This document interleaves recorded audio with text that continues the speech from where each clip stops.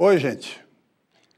As universidades indicam normalmente uma lista de livros de leitura obrigatória para os vestibulares. Não é diferente para a FUVEST e a Unicamp, que apresentam uma lista de obras variadas em vários períodos da literatura brasileira e portuguesa para os vestibulares desse ano.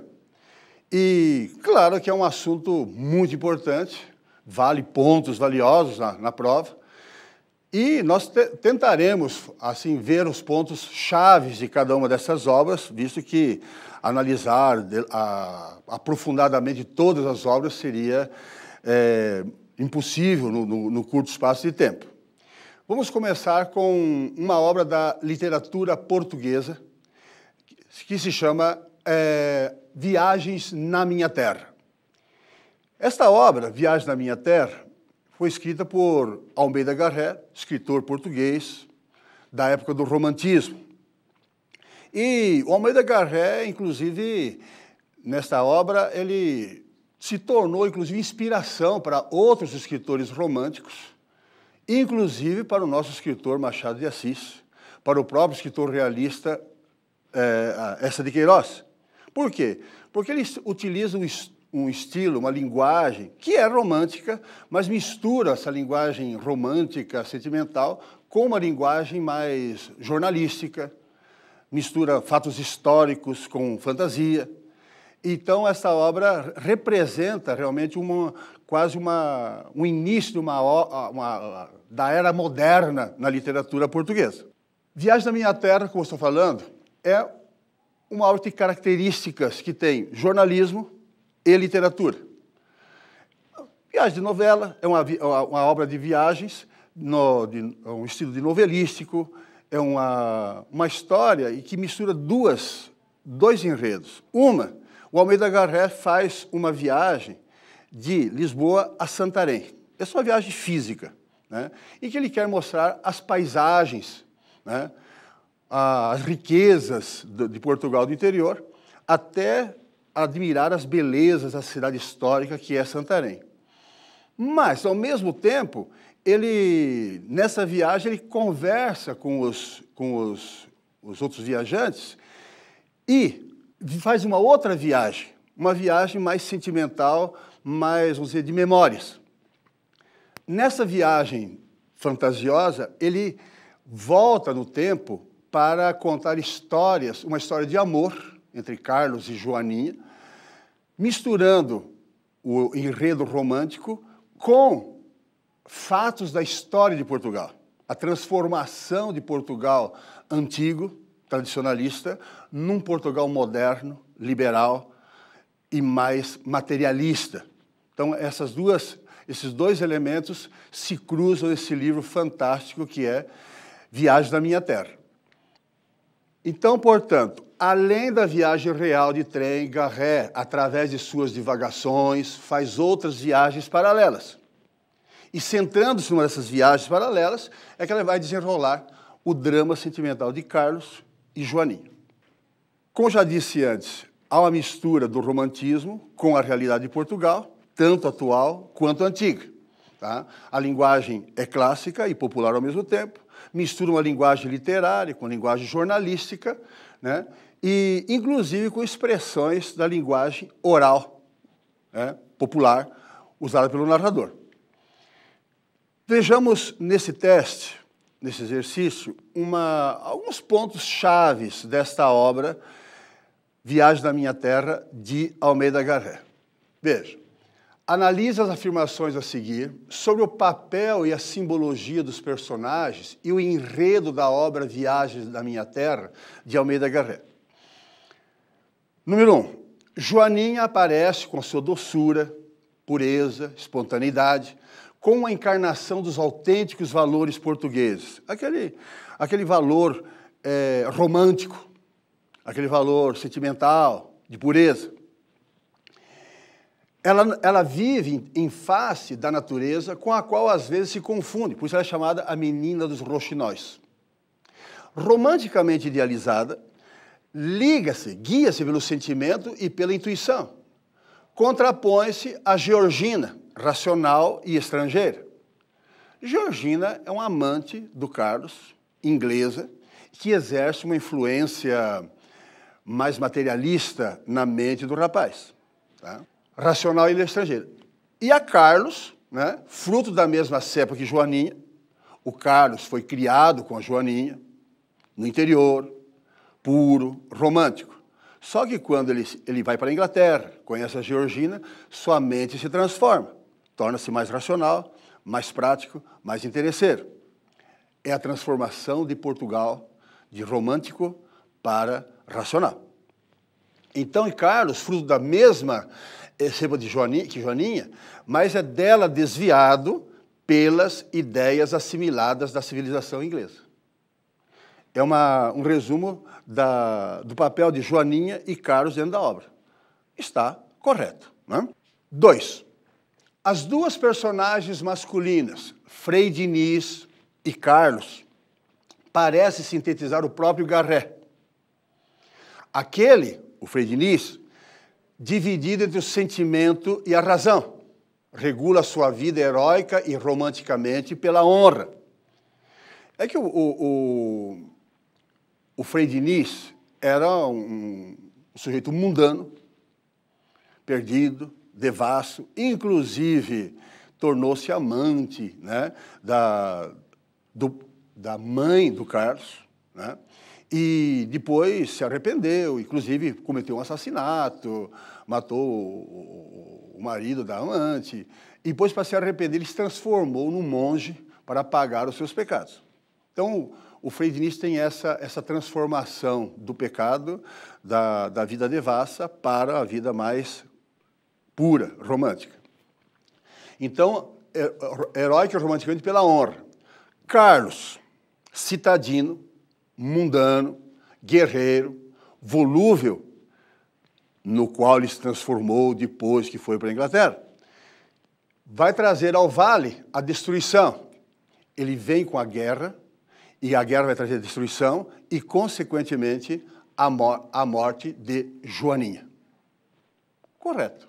Né? Então, há um apanhado geral sobre os personagens. Terceiro, a obra é uma novela histórica na esteira de Walter Scott.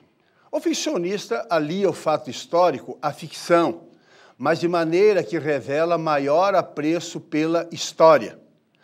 A fantasia é policiada pela inteligência e pela erudição histórica sobre a Terra, o tema, buscado na Idade Média, o que correspondia aos ditames doutrinários do romantismo. Essa alternativa é uma armadilha. Cuidado! Claro que o romantismo vai buscar os temas na Idade Média, os cavaleiros, a fé, a moral. Só que o autor, Almeida Garré, não se baseia, não valoriza mais a história, o fato histórico. Ele é romântico. A fantasia é policiada pela inteligência e pela erudição histórica? Não. A fantasia tem livre curso. Ele escreve baseado na criatividade romântica. Então, esse item está incorreto. 4. As viagens na minha terra despiram a vestimenta pesada e afetada que sufocava a prosa intelectual praticada até o século XVIII.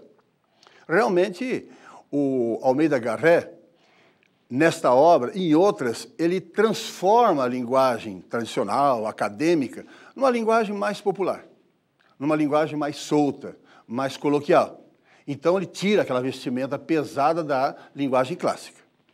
Um ar esportivo, jornalístico, de naturalidade e espontaneidade coloquial, substitui o impertigamento e a preconcepção estilística tradicional, que eu estava falando antes. Nisso, Garré foi mestre de românticos e realistas, dentre os quais Eça de Queiroz e Machado de Assis. A obra é exemplo da prosa enxuta, direta e palpitante, prosa emocional, liberal, romântica, composta pela imaginação e pela idealização. É um resumo perfeito do estilo de Almeida Garré. Na obra, o autor se volta para a realidade portuguesa em busca de seus motivos.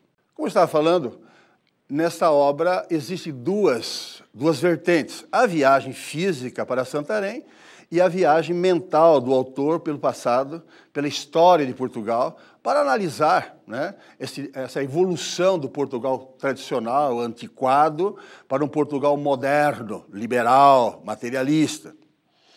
Muito bem. Então, o autor empreende uma viagem de Lisboa a Santarém e vai informando o leitor das diversas peripécias por que passa. É o que nós já vimos. Tudo cercado de críticas políticas e sociais de agudo observador. O Almeida Garrett tinha uma visão assim perfeita da história de Portugal. Ele quis realmente analisar esta evolução de Portugal. Viagem aparentemente despretensiosa encerra, no entanto, a busca de um caso para contar, de um significado mais profundo da realidade portuguesa e de um conhecimento mais íntimo de si mesmo. Como nós vimos na introdução, essa viagem física para Santarém é uma descoberta do Portugal atual, mas é uma viagem também ao passado, pela fantasia, pela memória, ao passado antigo, os monumentos históricos de Santarém, e, através da ficção, da história que ele cria na hora do romance entre Carlos e Joaninha, que nós vimos, né, ele vai fazer uma análise mais profunda das transformações ocorridas em Portugal. Correto. Então, estão corretas seguindo as afirmações. Nós vimos, a 1 está correta, a 2 está correta, a 4 e a 5. Resposta A. Vamos em frente. O segundo romance é Tio, um romance regionalista de José de Alencar. Esse romance romântico de José de Alencar se passa em Campinas, interior de São Paulo. Aliás, o romantismo de José de Alencar é caracterizado pelo nacionalismo. Os românticos, em geral, principalmente José de Alencar, queriam, com a literatura, despertar o espírito nacionalista. O Brasil tinha se tornado independente recentemente, então eles tinham que despertar no povo, no leitor, esse espírito patriótico. Então, a intenção do romântico e suas obras era mostrar o Brasil para os brasileiros. É o que acontece nesse romance, Tio. Romance regionalista do romantismo, mostrar o Brasil para os brasileiros, focaliza a vida dos moradores do interior de São Paulo, inclusive os costumes, o jeito de falar, as festas populares, as crendices, e mostra também, por exemplo, a violência, as questões de honra, aquele moralismo típico do interior, as diferenças sociais, escravos, a vida nas senzalas, o povo sofrido, trabalhador, e também os coronéis, os donos das fazendas, que escravizavam e que exploravam o trabalho dos colonos, né? Então, pobres segregados pelo preconceito e ricos donos de terras. Essa é uma essência do romance Tio. O romance, publicado em 1872, cultiva o formato e o clima dos romances de folhetim. É que, na época, não havia tantas editoras e os autores publicavam o romance capítulo a capítulo, primeiro nos jornais, tipo novela, um capítulo por dia. Porque, à medida que a história se desenvolvia, se o jornal vendesse mais por causa da história, significava que o romance estava tendo aceitação. É um tipo de ibope da época, né? E esses romances de folhetim, então, têm que característica? A característica das telenovelas. Muita ação, muita tensão, e quando termina o capítulo, fica-se no final um suspense. Tchan, tchan, tchan, tchan, né? Para quê? Para que o telespectador hoje, ou o leitor na época, ficasse curioso e fosse ler o próximo capítulo no dia seguinte, ou na semana seguinte. Tá? Então, o romance publicado cultiva o formato e o clima dos romances de folhetim, repletos de aventuras e de momentos de tensão, em que os capítulos são curtos e terminam num momento de suspense. Essa é a essência do romance Tio. E agora, no teste, nós vamos ver alguns detalhes. Assinale a alternativa em que está correta a relação entre as afirmações feitas e o personagem indicado. Letra A. Um homem terrível, de feições assustadoras, que os sofrimentos e desilusões da vida transformaram num matador de aluguel. Esse cara foi apaixonado por Bezita, a mãe da Tio. Queria apenas sua felicidade e dedicou-se a protegê-la. Quando soube que a Bezita jamais iria gostar de um peão como ele inclusive incentivou um amigo, né, um jovem rico da região, a namorar a Bezita. Quando ela, depois de se entregar enganada a outro, acabou assassinada, ele, esse personagem, arrasado e com ódio, vai cuidar de Berta, a Tio, que é filha da Bezita, como se fosse sua filha, prometendo vingar a morte de sua amada, que tinha sido a Bezita. Esse personagem é Ribeiro ou o Barroso? O Barroso que se chamava? Não. O Ribeiro Barroso foi o homem com que a Bezita se casou, tá? E que acabou matando-a depois, quando soube que ela tinha se entregado a outro. Esse personagem terrível, um bandoleiro, matador de aluguel, era o João Fera, que casou-se com Bezita, mas na mesma noite de núpcias a abandonou para resolver negócios relacionados a uma herança que recebera em Itu. Ficou anos longe de casa e quando voltou ao ver a esposa com o bebê, matou-a. E pretendia matar também o bebê e o pai da criança. Esse personagem é o João Fera? Não. Esse personagem, que tinha se casado com a Bezita, nós vimos antes, é veja lá antes, o Ribeiro, ou Barroso, que ele voltou com outro nome depois. Tá? O João Fera que vai salvar a Bezita e a criança, e vai criar a criança depois. C. Jovial e alegre, era dono da Fazenda Palmas. Na fazenda, sendo protegido por seu camarada e amigo João Fera, que inclusive queria que ele casasse com a Bezita, tivera muitas aventuras amorosas e se envolveram em muitas enrascadas. É um boy da época que tinha esse João Fera, um cara forte, matador, como guarda-costas quase. Numa dessas loucuras, entrou numa noite na casa de Bezita. Foi ele que entrou no escuro, quando o Ribeiro tinha viajado, o marido da Bezita tinha viajado, ele entrou, fingiu-se que ele, fazendo-se passar por Ribeiro, com quem a moça estava recém-casada, deitou-se com ela e a engravidou. O fruto dessa loucura foi o nascimento de Berta, a Tio. Esse personagem é o Miguel? Não. Miguel é um irmão de criação de Bezita. Não. D. Jovem alto, ágil, de talho robusto e bem conformado, irmão de criação de Berta, desde o princípio era apaixonada por ela. Só que a Berta não percebeu que esse rapaz era apaixonado por ela, né? E, inclusive, aproximou esse irmão de criação de uma amiga dela, da Linda. Tá? Esta não percebeu que também o ama, faz de tudo para aproximá-la de sua amiga Linda, que é apaixonada por ele. Esse personagem é o Brás? Não. Esse personagem é o Miguel. Por último, então, pequena, esbelta, ligeira, buliçosa, grandes olhos negros, boca mimosa, personagem central do livro, claro. É a filha bastarda de um fazendeiro e de uma pobre moça da vila, Bezita, morta pelo marido. Nós vimos antes. Criada por Inhatudinha, é uma adolescente bonita, graciosa, de gestos espontâneos e encantadores, que atrai o amor e o carinho de todos. O apelido de Tio foi-lhe dado por Brás, um deficiente mental a quem ela ensinava a ler, e que achou o acento Tio parecido com a sobrancelha dela, por isso a chamada de Tio. Essa moça pequena, esbelta, é o personagem título do livro, Tio, ou Berta, ou Inhá, conforme um ou outro chamava.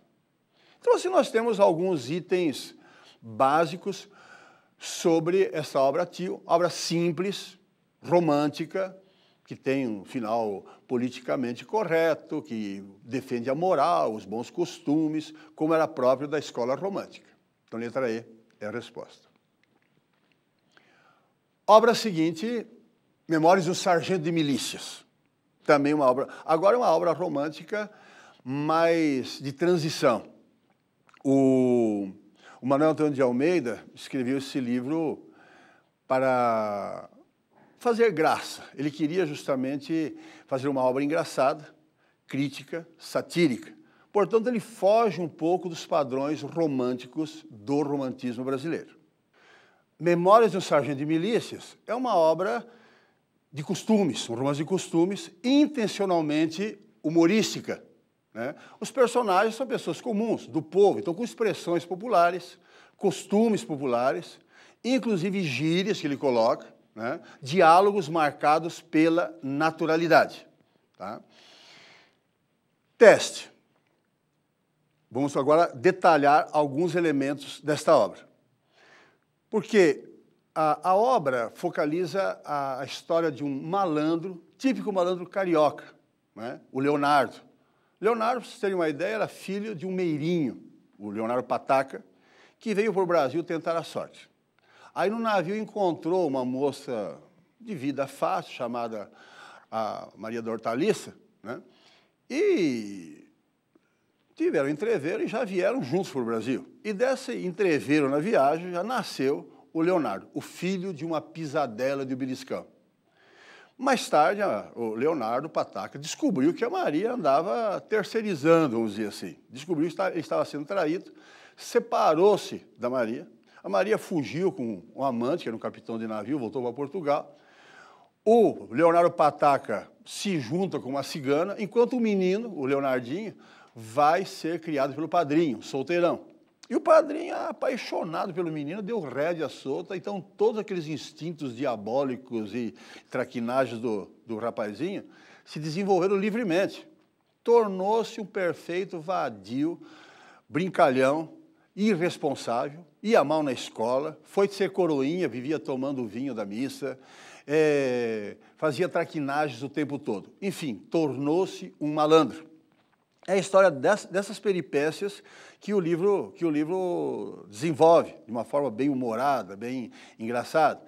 Depois ele vai se apaixonar por Luizinha, ele é todo atrapalhado para namorar, é bem desengonçado. A Luizinha acaba se casando com outro.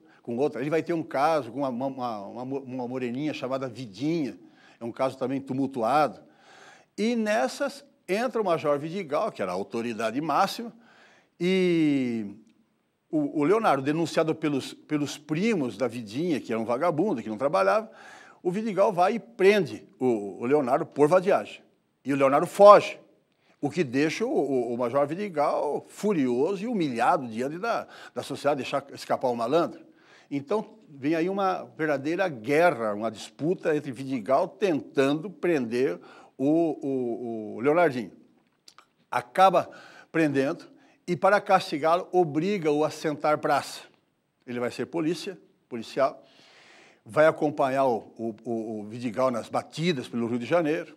Numa dessas batidas, o Leonardinho, malandramente, deixa escapar um malandro que o Vidigal queria prender, só que era amigo dele, deixou escapar, e nisso, então, ele vai ser preso no quartel e vai ser condenado a receber umas chibatadas. Aí a madrinha, a comadre, e foram atrás de uma ex-amante do Vidigal, foram implorar para o Vidigal para soltar o menino, que era um coitado, etc. E o Vidigal, quando a Maria Regalada disse que se ele ajudasse o menino, ela voltaria a viver com ele, aí ele já afrouxou toda a rigidez, soltou o rapazinho, inclusive o nomeou sargento de milícias. Como sargento, mais tarde, vai poder se casar com a Vidinha. Então, uma história assim, bem cheia de altos e baixos, uma ação muito intensa, é um livro gostoso de ler. Tá? Alguns detalhes agora no teste. 3. A respeito do romance Memórias de um Sargento de Milícia, de Manuel Antônio de Almeida, assinale o que for verdadeiro, com V, ou falso. Como toda obra erudita, expressa a visão das camadas superiores da sociedade, negando-se a ser o espaço para que a voz e a vez dos dominados se faça ouvir. Claro que é falsa, porque nós vimos que é uma obra popular, focaliza as camadas inferiores da sociedade e dá espaço para que a voz do povo se faça ouvir. tá? Portanto, é falso. O livro é um romance de folhetim, também foi publicado em capítulos nos jornais. Correto. Desenvolve sátira saborosa aos costumes da época, que atinge todas as camadas sociais, pondo em prática a afirmação de que, através do riso, pode-se falar de coisas sérias da vida e instaurar a correção dos costumes. Então, ele estabelece esse princípio. Como diz o provérbio latino, ridendo castigat mores. É rindo que se corrige os costumes. Essa está correta. A primeira falsa, segunda verdadeira. C. Análise de costumes suburbanos, a revelação da vida popular do Rio de Janeiro no tempo do rei. Inclusive, a história começa assim, era no tempo do rei. Como se fosse uma história infantil. Por que ele faz isso?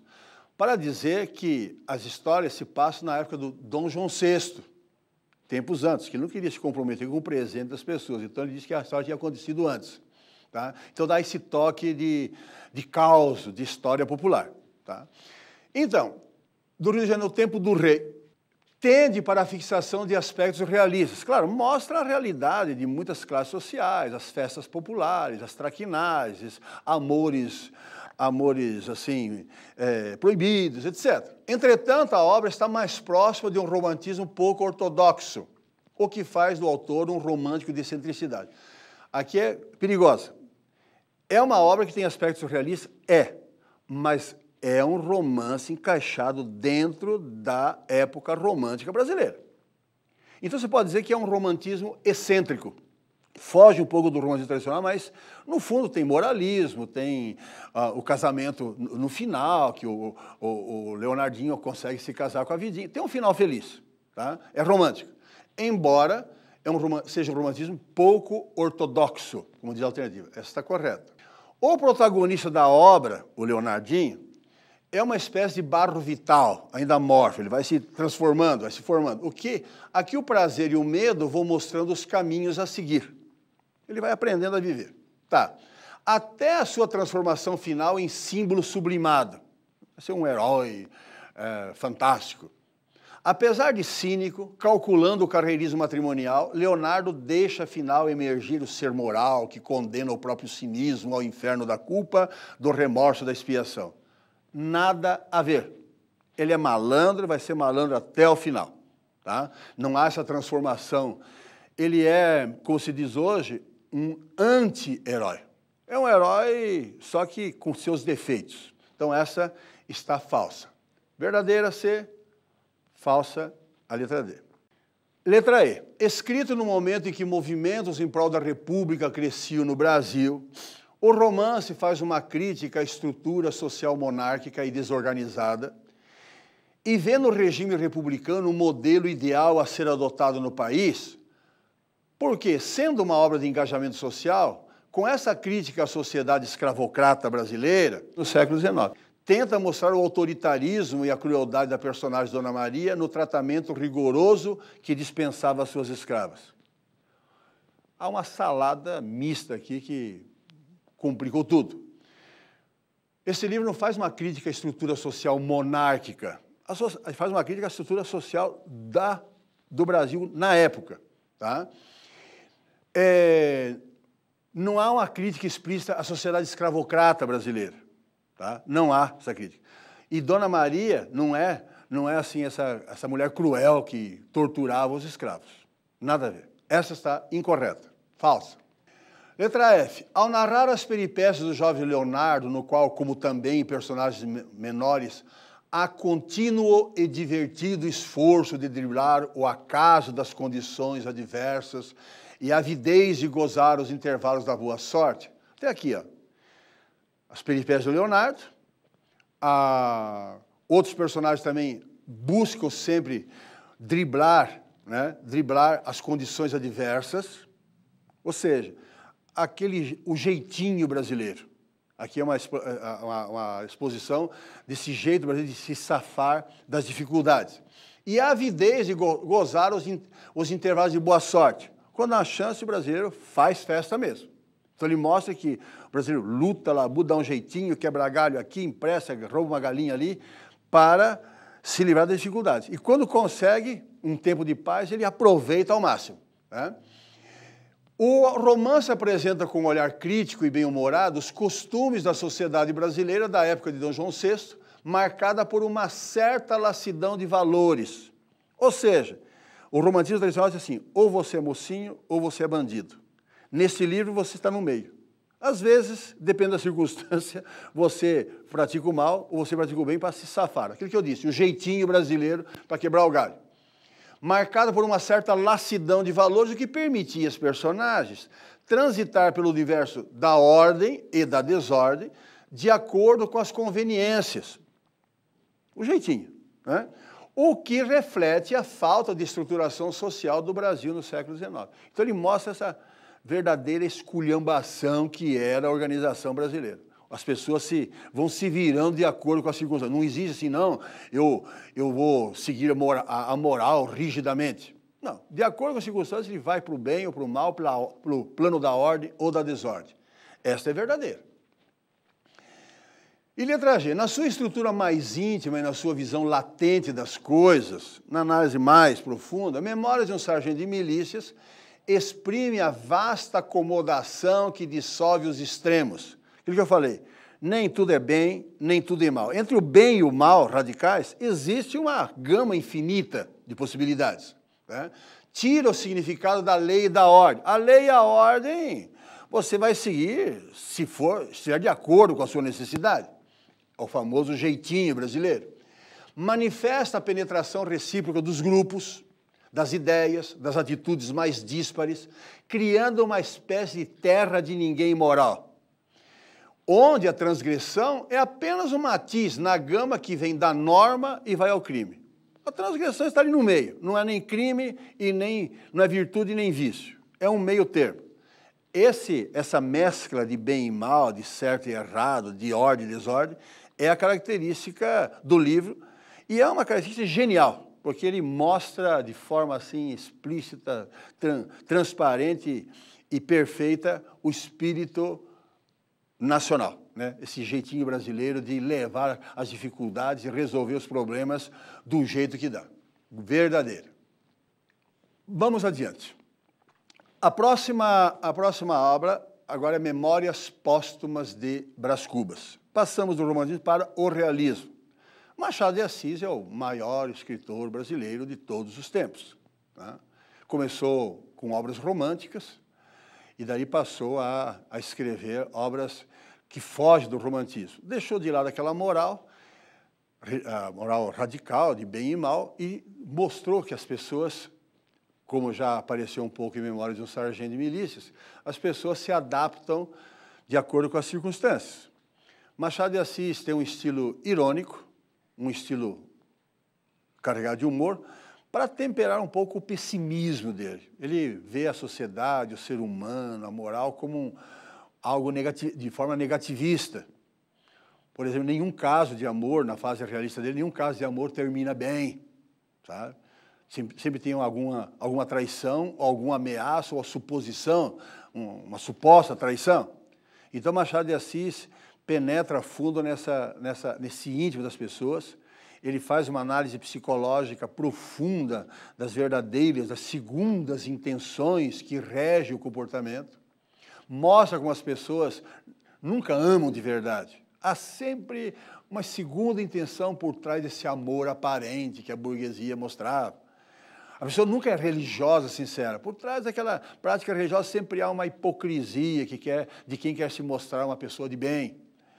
Então, para ele, a sociedade, o ser humano está sempre minado por valores escusos, a vaidade, o interesse, a ganância financeira, a ambição de posição social, etc. É isso que ele explicita nas suas obras da fase realista. E Memórias Póstumas de Brás Cubas abre essa segunda fase, a fase realista dele. Rompe, a Memórias Póstumas rompe com o romantismo e inicia o realismo no Brasil. É uma obra revolucionária, tanto na forma quanto nos conceitos. Memórias Póstumas de Brás Cubas é uma obra divisora de águas, não só da literatura brasileira, marcando o início da estética realista, como também da literatura machadiana, que ele sai daquela fase romântica e entra numa fase mais realista. Foge dos padrões românticos. É um romance revolucionário. Tá? Forma. Quem vai narrar a história não é uma pessoa, um narrador comum, é um defunto. O Brás Cubas, depois de morto, resolveu contar a sua vida, escrever suas memórias. Por isso que se chamam memórias póstumas. E ele mesmo diz nos primeiros capítulos que sendo defunto, ele não tem medo da opinião alheia mais. Depois, no outro lado, aqui do outro lado do mistério, eu não estou preocupado se você, cara, amigo leitor, vai gostar ou não do meu livro. Joga no lixo. Que eu, hoje, morto, ele diz, eu tenho a liberdade de ser sincero. Eu posso discordar da sua opinião. O livro não vai atender às suas expectativas, como no romantismo, o herói, a heroína, o amor, o casamento no final. Não. A minha obra não tem essa obrigação de atender às expectativas do leitor. Eu estou morto. Então, essa fase revolucionária, esse aspecto revolucionário já mexeu com toda a estrutura literária. A dedicatória do livro já é revolucionária. Ele leu muito aquele escritor americano, Edgar Allan Poe, criador do conto de suspense, de histórias tipo Acredite Se Quiser, Histórias da Cripta, e de mortos, etc. E na dedicatória ele coloca a dedicatória em forma de epitáfio, diagrama assim: ao verme, que é o que primeiro roeu as frias carnes do meu cadáver, dedico com saudosa lembrança estas memórias póstumas. Sabe? Então, a dedicatória já mostra a intenção dele de ser sincero, de não se preocupar com a opinião alheia. Elementos importantes que eles podem perguntar: a intertextualidade, referências à Bíblia, referências à obra de Shakespeare, referências a outras obras famosas da literatura universal. Intertextualidade. E outro elemento, que é também muito moderno, que já Machado de Assis utilizava: conversas com o leitor. Ele para a narração e fala: meu amigo leitor, veja bem, eu cínico? Não, veja minha amiga. Então ele começa a conversar com o leitor, e nessas conversas com o leitor, ele discute, inclusive, a forma, a maneira como ele está escrevendo. Ou seja, ele discute no texto os recursos que ele está utilizando para escrever o texto. Um texto que se refere à própria técnica de escrever o texto. Isso se chama metalinguagem. Então, intertextualidade e metalinguagem são duas características bem modernas que ele utiliza. Mas, como se diz, a crítica social, né, como já disse antes, a análise psicológica das verdadeiras intenções que regem o comportamento humano. No teste, avalie as seguintes afirmações. Alguns estudiosos consideram que a publicação em 1881 do romance Memórias Póstumas de Brás Cubas de Machado de Assis marca o início do realismo na literatura brasileira. Contudo, não é difícil perceber que esse livro já apresenta algumas características que serão desenvolvidas pela ficção moderna do século XX. Principalmente o uso da metalinguagem, ou seja, o fato de o texto chamar a atenção para a sua própria construção, fazendo comentários acerca de si mesmo. Estava comentando antes. Metalinguagem. Correto. 2. O capítulo 71 de Memórias Póstumas de Brás Cubas, o senão do livro, é um dos momentos de conversa com o leitor. São abundantes na obra do autor os diálogos com o leitor, digressões narrativas, que fortalecem o caráter zigue-zagueante do livro. Aliás, sobre esse respeito, é interessante observar que o Machado de Assis, ele, no início, já cita esse caráter como, diz que escreve como um bêbado, não vai em linha reta. Há muitas digressões. Se você fosse pegar, por exemplo, a história em si, seriam 10, 20 páginas, ele contaria a história do Brás Cubas. Acontece que ele, frequentemente, ele interrompe a narração, né, e para fazer comentários, digressões, conversas com o leitor, lembrar outras circunstâncias. Então, o estilo de Machado de Assis não é aquele estilo reto, direcional, vetorial.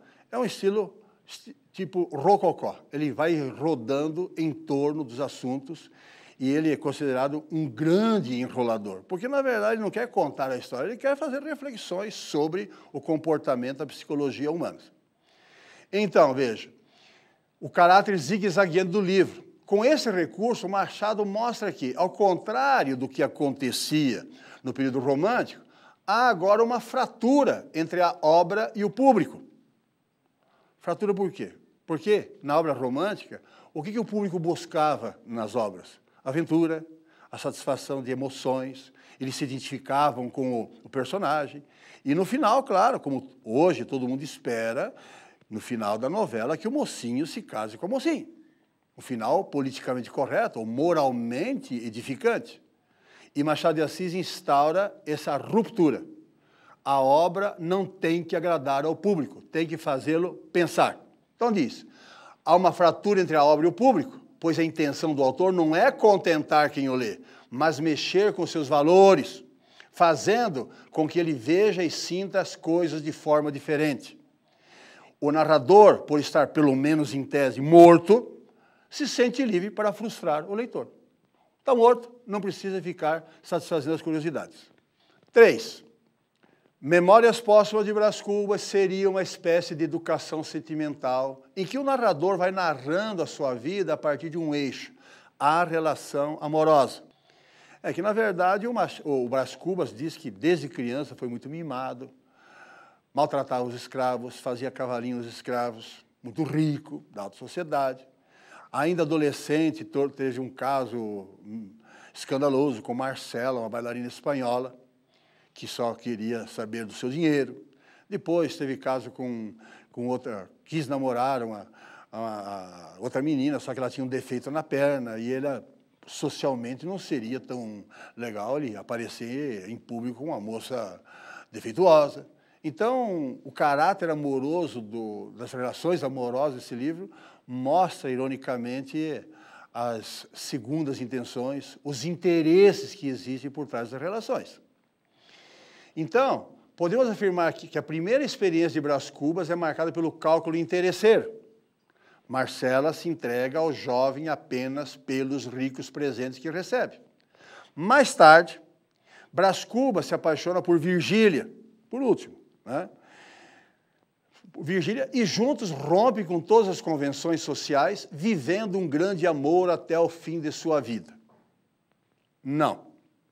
O que acontece é que depois que uma noiva por quem ele tinha se interessado morreu de febre amarela, no namoro antes, o Brás Cubas achava que ia casar com Virgília. Por quê? Porque Virgília era filho de um influente político. Ele queria seguir a carreira política e, casando-se com Virgília, teria a chance de se eleger deputado com o apoio do sogro.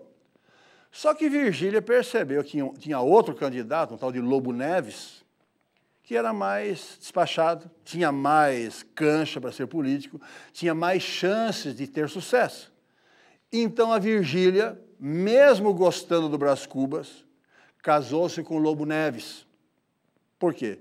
Ela queria status, mulher de político influente. Então veja como ele ironiza realmente o sentido amoroso. Casada com Lobo Neves, Virgília vai se tornar amante de Brás Cubas.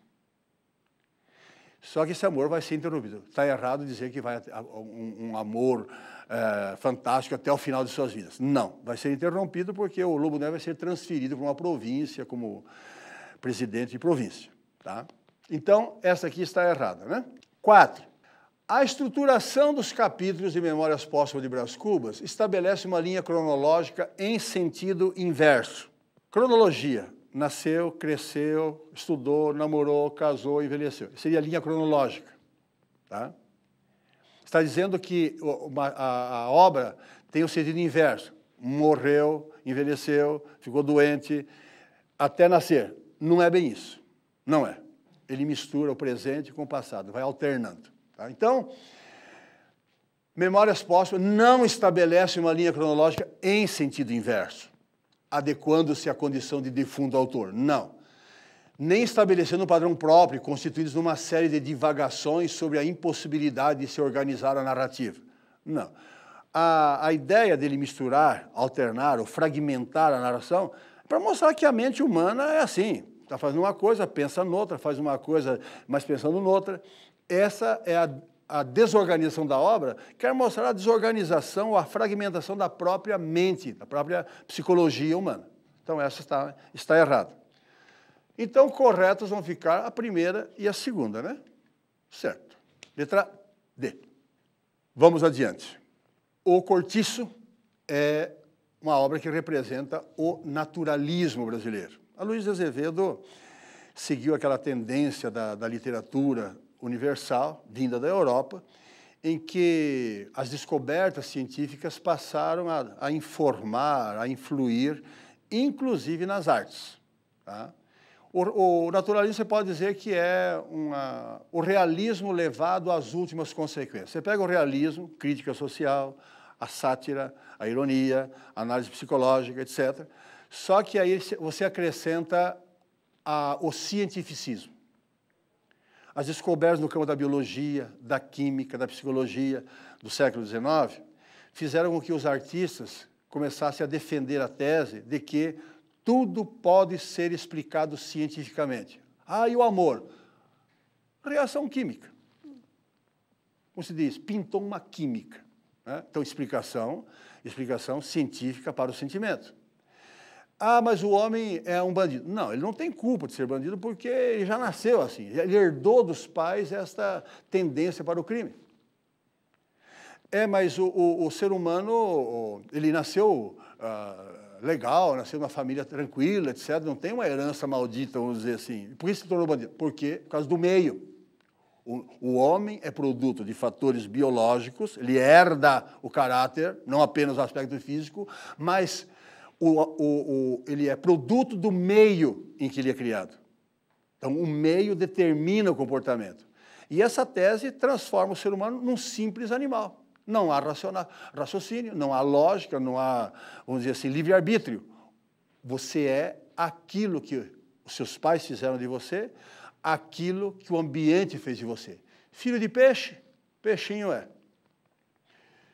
Diz-me com quem andas e dir-te-ei quem és. A biologia e o ambiente formam o caráter das pessoas. Nesse livro, O Cortiço, o Aloysio de Azevedo aplica essas regras do naturalismo internacional, cientificismo. Então, ele focaliza o Rio de Janeiro num momento de transformação, em que surgem as favelas, os bairros operários, a luta pela sobrevivência, sabe? E um choque de tipos de contraste, grande número de tipos que apresenta, variedade de tipos humanos. Com esse romance, a Luiz de Azevedo apresenta um exame minucioso, cruel e causticante do submundo humano do Rio de Janeiro no século XIX, com as suas personagens grosseiras e vulgares. Então, gente, os personagens no romance naturalista são sempre extraídos da baixa classe social, da ralé. Por quê? O naturalista é como um cientista, um médico, por exemplo, não vai estudar pessoas sadias, vai descrever, vai, como se diz, estudar os defeitos, as falhas, as doenças, os desvios de personalidade. Por isso que diz que os personagens da literatura naturalista são grosseiras e vulgares. São objetos de sua arte, o estrangeiro, rico ou pobre, a exploração a que eram submetidos os trabalhadores, a cobiça desenfreada de uns, o adultério da alta sociedade, a prostituição, as misérias coletivas. Só o lado animal, né? O que vale é o instinto, o que vale é o impulso natural. A obra traça o quadro panorâmico da coletividade, seus aspectos sórdidos e negativos, o painel social desequilibrado, como fator principal da ruína social. Então, como eu estava falando, o autor naturalista é como um estudioso. Ele vai estudar o ser humano, os personagens, como se fosse um objeto de estudo. Vai simplesmente descrever as reações, ações e reações a que o homem é levado por conta das leis naturais. O homem está sujeito às leis naturais. É um animal como outro qualquer. Portanto, o homem tem culpa de ser um assassino, de ser um depravado? Não. O leão não tem culpa de ter devorado o domador, porque é o instinto dele. Então, eles aplicam essa lei do mundo animal para o mundo humano também. Então, nessa história, o João Romão é um português, batalhador, etc. Ele montou uma vendinha, daqui a pouco a Bertoleza, uma escrava, teve o seu dono sumido, ele se juntou com a Bertoleza, aproveitou, tornou-se amante da Bertoleza, daquela negra, e com o dinheiro dela comprou um terreno, transformou o terreno, foi aumentando as suas posses, fez um armazém, daqui a pouco fez um restaurante, comprou a pedreira no fundo do terreno, abriu uma pedreira para alimentar as construtoras que estavam reformando o Rio de Janeiro. E ali ele foi construindo casebres, barracos para alugar. Então, as pessoas trabalhavam na cidade, ou trabalhavam na pedreira, se alimentavam no restaurante dele e moravam ali no cortiço. Ou seja, o cortiço foi crescendo assim, feito um corpo vivo, com um pedaço de carne podre que vai se enchendo de vermes e se desenvolvendo naturalmente. Tá? E na sequência, claro, os personagens que aparecem são exemplos, né, dessa disposição das pessoas dependentes do meio ambiente. Vão se tornando, quem entra ali limpo vai sair sujo. Quem entra no cortiço sujo vai sair podre. Ou seja, o ambiente vai deteriorando, vai corrompendo e nivelando as pessoas por baixo. No final, o João Romão, rico, resolve subir na vida. Então tem um Miranda, que é um comerciante ali perto, tem uma filha, a Zulmira, que é uma menina passiva, sem iniciativa nenhuma, e ele resolve se casar, o João Romão, com a Zulmira, para ter uma ascensão social. Como é que ele vai fazer para se livrar da Bertoleza? Ele comunica os herdeiros do antigo dono, conta que a carta de alforria que ele entregou para a Bertoleza era falsa, ele que tinha bolado, e quando chegam os antigos donos para reassumir a posse sobre a Bertoleza se suicida. Então, para mostrar como a justiça social, a exploração predominavam, né, campeavam naquela região, naquela cidade. Teste.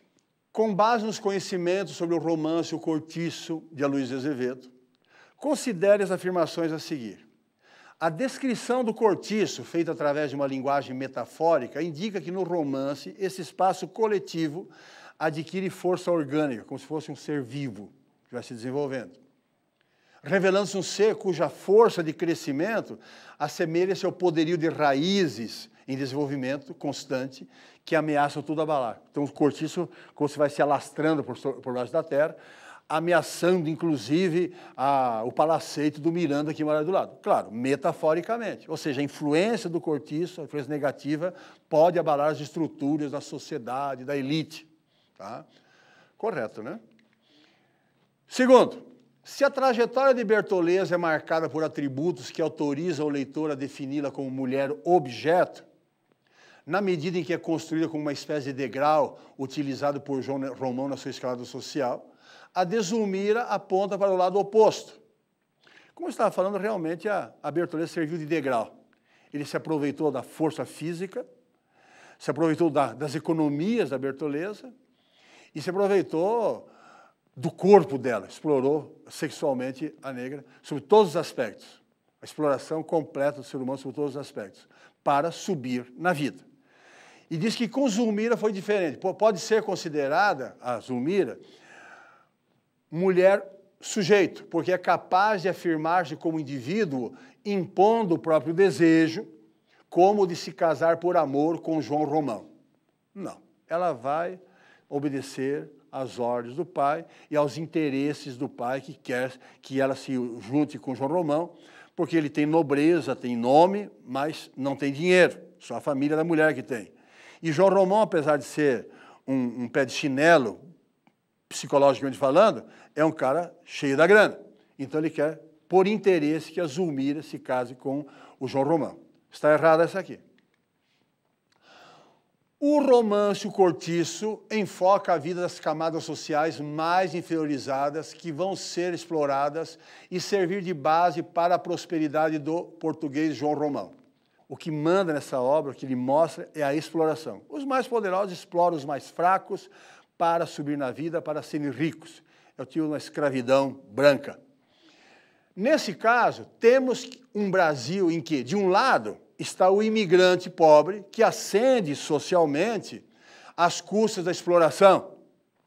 E do outro, uma legião de negros, mulatos e brancos, formadores de um escalão de explorados, tido como inferiores, rebotalho da sociedade.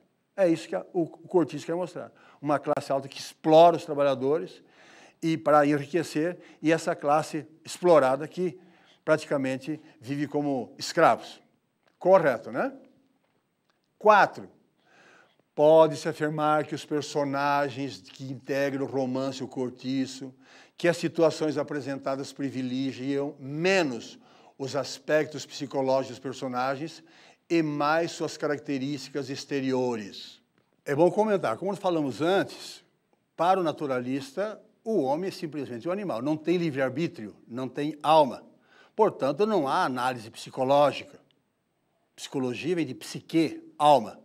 Então, no naturalismo, o que vale são as descrições, seus aspectos exteriores, puramente instintivo, o físico, os músculos, nervos, sangue, força física, aspecto do rosto, aspectos de ódio, sabe? Esses aspectos são os importantes no estudo desse objeto que é o ser humano. Mas que as ações dos personagens são condicionadas a fatores naturais. O temperamento, que ele herda dos pais, raça, clima, e a fatores sociais e culturais, ambiente e educação. Nós falamos antes, o homem é produto, além de dos fatores biológicos, também é produto dos fatores mesológicos. Ele é produto do meio, apresentando relação de causa e efeito. E que isso comprova a influência do determinismo, uma das teorias científicas da época, que fundamentava ideologicamente o naturalismo. É a teoria do determinismo científico, defendida inicialmente pelo francês Hippolyte Taine. Resposta. Claro que nós temos como resposta correta a 1, a 3 e a 4. Correto?